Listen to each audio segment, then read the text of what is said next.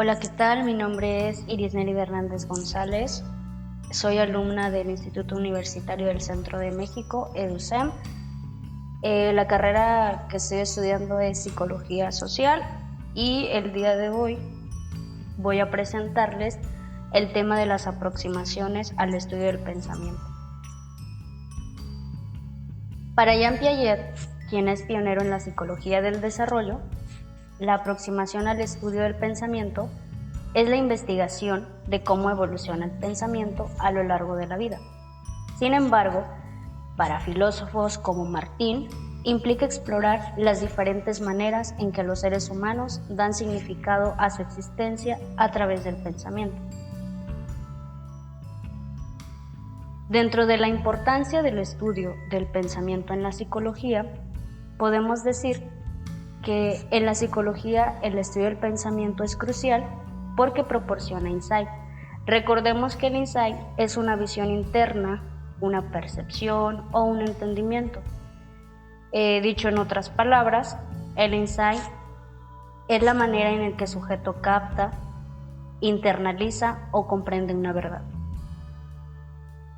Comprender estos procesos cognitivos es fundamental para abordar trastornos mentales, mejorar el aprendizaje y optimizar el rendimiento humano en diversas áreas. Además, el análisis del pensamiento contribuye a la comprensión de la percepción, la memoria y la toma de decisiones, aspectos esenciales para entender la complejidad de la mente humana.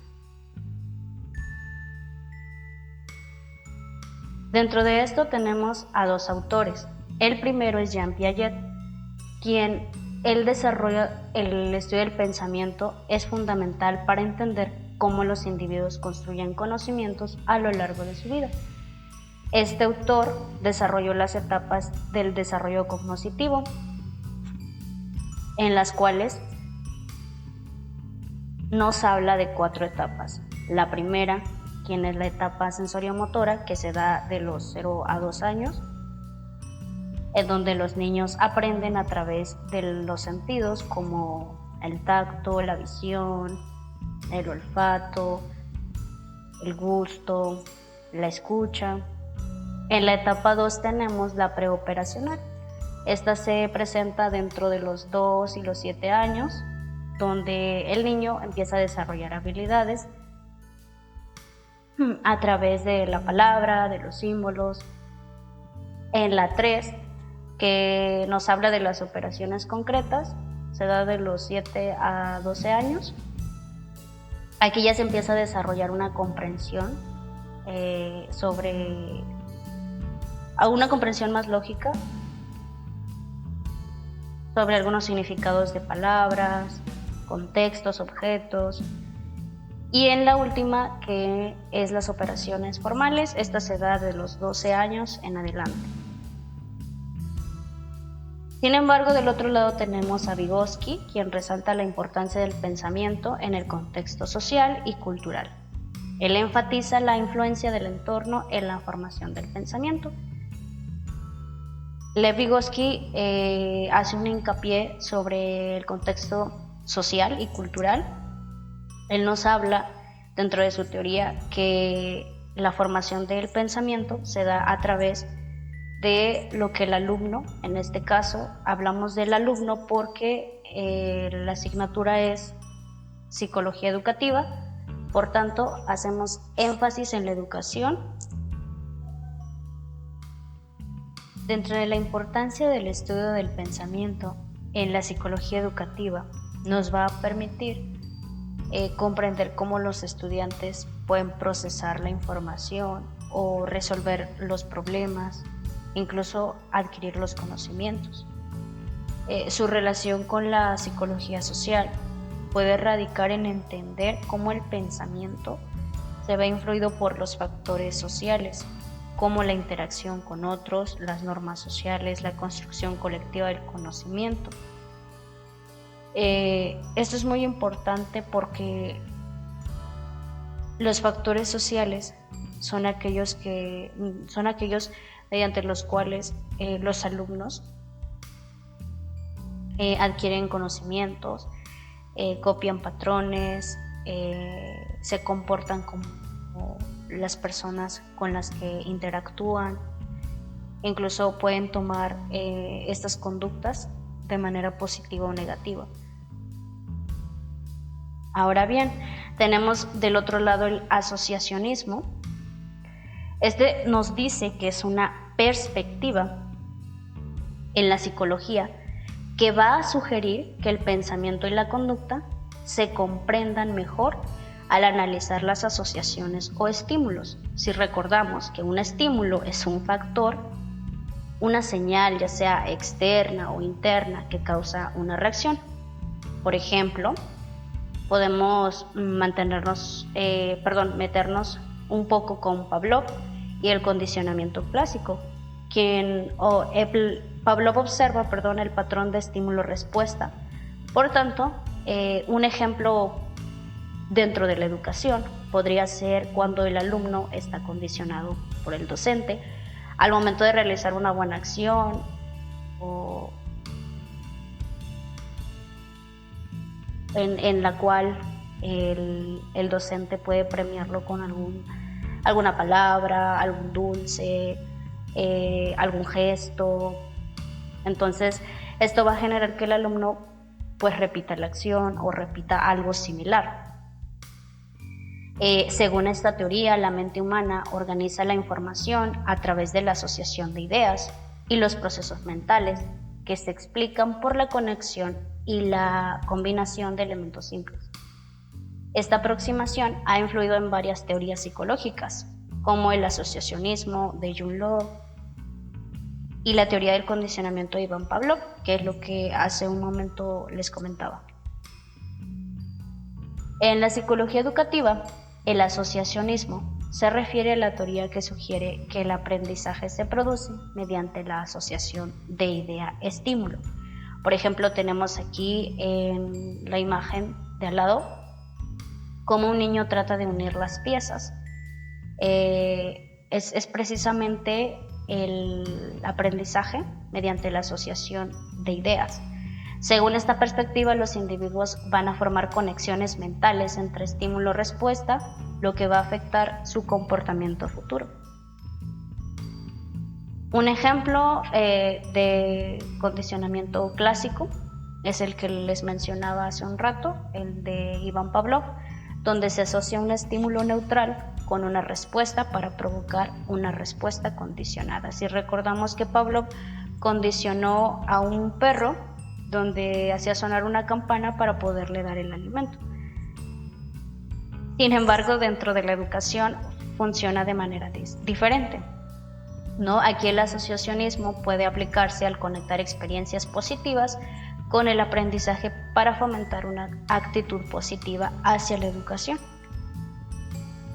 Dentro del aprendizaje y memoria, el aprendizaje implica aquella adquisición de conocimientos o habilidades a través de la experiencia, a través de cómo el niño interactúa con objetos, con sus compañeros, con el maestro, mientras que la memoria se refiere a la retención y la recuperación de esa información, aquella información que el alumno va a adquirir de aquella experiencia, de aquella interacción, es precisamente a lo que se refiere a la memoria. En el contexto del pensamiento, el aprendizaje puede estar vinculado a la comprensión de los conceptos, a la resolución de problemas, a la adquisición de nuevas estrategias mentales. Aquí la memoria juega un papel crucial al almacenar la información relevante para futuras situaciones, porque facilita la toma de decisiones y la resolución de problemas. En el caso de los docentes, en el aprendizaje de la memoria, para trabajar con los alumnos, se pueden diseñar estrategias en las cuales se pueda desarrollar un poco más el lado de la memoria. Aquí también puede intervenir el psicólogo, también en el aprendizaje, aquella resolución de problemas, también podemos desarrollarlo en educación preescolar juegos, juegos como memoramas, juegos como crucigramas, rompecabezas, entre otros. Como mencionaba, en el ámbito educativo, el aprendizaje implica la adquisición de conocimientos y habilidades. Por lo tanto, la memoria va a jugar un papel crucial, ya que retiene y recupera la información aprendida. En cambio, dentro de los psicólogos educativos, se puede decir que se puede realizar la intervención utilizando estrategias cognitivas o técnicas de estudio y enfoques personalizados para mejorar el proceso de aprendizaje y memoria de los estudiantes. Asimismo, pueden abordar los factores emocionales, que son muy importantes, los factores motivacionales. Estos influyen mucho en estos procesos porque promueven un entorno propicio para el desarrollo académico. Tenemos la teoría de la Gestalt. Esta teoría es una corriente psicológica que se centra en la percepción y en cómo las personas organizan la información visual.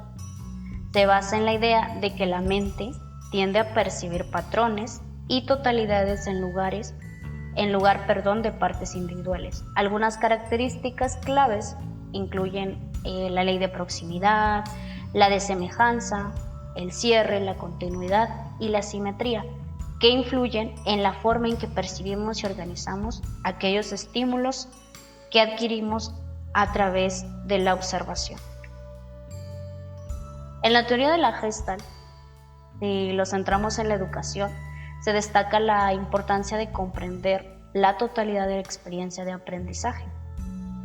En lugar de analizarla en partes aisladas, se va a enfocar mucho en la percepción y en la organización de la información para poder entender cómo los estudiantes van asimilando los conocimientos. También influye en el diseño de materiales didácticos y estrategias de enseñanza. En el estudio del pensamiento, la teoría de la Gestalt resalta la manera en que las personas organizan la información mentalmente para formar patrones y significados. Esta se utiliza mucho para analizar cómo los individuos resuelven problemas y también la manera en la que toman las decisiones, considerando la influencia de la percepción global en la resolución de tareas cognitivas.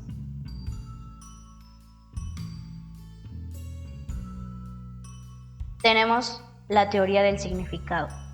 La teoría del significado aborda con las palabras y símbolos cómo adquieren sentido. Uno de los enfoques más conocidos es de la teoría del significado de Frege, propuesta por Gottlob Frege. En psicología, el estudio del significado es fundamental para comprender aquella cognición, el lenguaje y sobre todo la comunicación humana. La teoría del significado contribuye a la comprensión de cómo nosotros asignamos y entendemos aquellos conceptos, siendo esenciales en diversos campos psicológicos. Dentro de la educación, esta se va a basar en la idea de que el aprendizaje es más efectivo cuando los estudiantes pueden relacionar nuevos conceptos con su propio entendimiento previo. Los enfoques como el constructivismo sugieren que los estudiantes construyen activamente su conocimiento a través de experiencias, la conexión con lo que ya saben. En cuanto a las aproximaciones del pensamiento, la teoría del significado también va a destacar la importancia de comprender el contexto y la relevancia de la información. Al momento de dar significado a la información, va a facilitar la retención y la aplicación práctica de aquel conocimiento en diferentes situaciones. También tenemos la teoría de la memoria semántica. Esta teoría sugiere que existe una estructura organizada de conocimiento general almacenada en la memoria a largo plazo. Esta teoría incluye conceptos, hechos y relaciones entre ellos. A diferencia de la memoria episódica, esta se centra en experiencias personales. La memoria semántica se refiere al conocimiento abstracto y compartido, que no está vinculado, por supuesto, eventos específicos. Esta teoría ayuda a explicar cómo recordamos información sobre el significado de palabras, conceptos y hechos generales. Dentro de la educación, se va a centrar en el significado y la comprensión de aquellos conceptos. En el estudio del pensamiento, se va a utilizar para analizar cómo las palabras y los símbolos influyen en la información de ideas. También va a buscar entender cómo los individuos atribuyen el significado a la información, lo que va a afectar la adquisición de conocimiento y la resolución de problemas. Sin embargo, también integra enfoques semánticos en la enseñanza y puede mejorar la claridad conceptual, así como promover un pensamiento más profundo. Dentro de todo esto también se encuentra el procesamiento de la información. En las aproximaciones al estudio del pensamiento, lo que implica la recepción, la codificación, el almacenamiento y la recuperación de información. Las teorías cognitivas sugieren que la mente humana opera como un procesador de información donde se pueden manipular representaciones mentales para resolver problemas y tomar decisiones. Estas aproximaciones pueden incluir los modelos como el procesamiento de la información, la teoría de los esquemas y la teoría de doble vía, que buscan entender cómo se procesa y organiza la información dentro de la mente humana. Asimismo, el razonamiento deductivo. El razonamiento deductivo es un proceso lógico en el cual conclusiones específicas se derivan de premisas generales. Funciona al aplicar reglas y principios generales para llegar a una conclusión específica. En el estudio del pensamiento se utiliza para validar o refutar argumentos mediante la aplicación coherente de la lógica, lo que ayuda a establecer la validez de una afirmación basada en la información previamente conocida. El razonamiento deductivo dentro de la educación va a implicar la aplicación de principios generales para poder llegar a conclusiones específicas. Aquí tenemos de nuestro lado una imagen de cómo un niño implica la aplicación precisamente de los principios generales para poder llegar a una conclusión específica de cómo funciona el juego. La psicología en este caso puede intervenir al entender cómo los estudiantes van a procesar esta información, cómo la van a adaptar a métodos de enseñanza para poder satisfacer sus estilos cognitivos y así fomentar su pensamiento crítico. Además, la psicología educativa puede identificar barreras cognitivas también y las emocionales que afectan este razonamiento, logrando ayudar a diseñar estrategias para poder superarlos. Finalmente tenemos el desarrollo cognoscitivo. Este se refiere al crecimiento y cambio en las habilidades mentales como el pensamiento, la memoria, el razonamiento y resolución de problemas a lo largo del tiempo. Se estudia mediante teorías como la de Piaget, que describen las etapas específicas, es algo que comentábamos al inicio. Mediante las teorías de Piaget describen estas etapas de desarrollo cognitivo en la infancia. El proceso implica la adquisición de conocimientos y la capacidad de poder procesar aquella información de manera compleja a medida que una persona va madurando. De igual manera citamos a estos dos autores nuevamente, donde Jean Piaget, quien propone la teoría constructivista, sostiene que los niños construyen activamente su comprensión del mundo a través de la interacción con su entorno. Podemos observar una imagen de cómo un niño, a través de la interacción con los juguetes, puede desarrollar comprensión a través de cómo funcionan. También podemos citar cómo en educación preescolar los niños interactúan con bloques, pintura, texturas. Del otro lado tenemos a Vygotsky. Él hizo hincapié en la importancia de la interacción social, más allá de de la interacción con el entorno, y la zona de desarrollo próximo, donde los niños pueden alcanzar un nivel más alto de comprensión con la ayuda de un guía más experimentado, es decir, con la ayuda de un adulto, con la ayuda de mamá, con la ayuda del docente. En la teoría del procesamiento de la información está respaldada por autores como Brunner, y él se centra en cómo la mente humana procesa, almacena y recupera la información, además de la teoría del aprendizaje social de Albert Bandura, quien destaca el papel crucial de la observación y la limitación en el desarrollo cognitivo. Finalmente, el desarrollo cognitivo en la educación se ve influido por la interacción activa en el entorno. Es algo que ya comentábamos referente a lo que menciona Vygotsky. La interacción social es algo que va a ayudar mucho al niño a poder aprender a desarrollarse. El momento en el que convive con sus compañeros, podemos observar aquí en la parte de arriba una imagen donde el docente se encuentra con niños y está interactuando de manera social. En la parte de abajo podemos observar cómo niños de igual manera interactúan para poder formar figuras.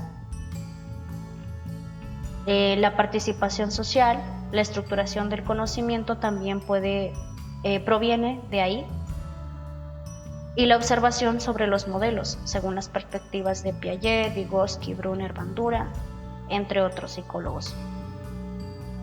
Como podemos darnos cuenta, la psicología educativa se relaciona con la psicología social. Podemos relacionarla a través de la creación de nuevas estrategias para el conocimiento.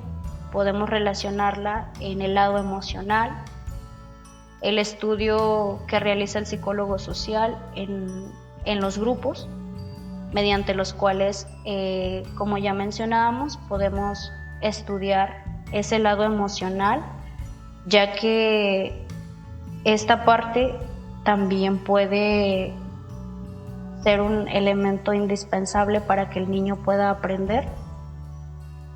Y bueno, esto sería todo.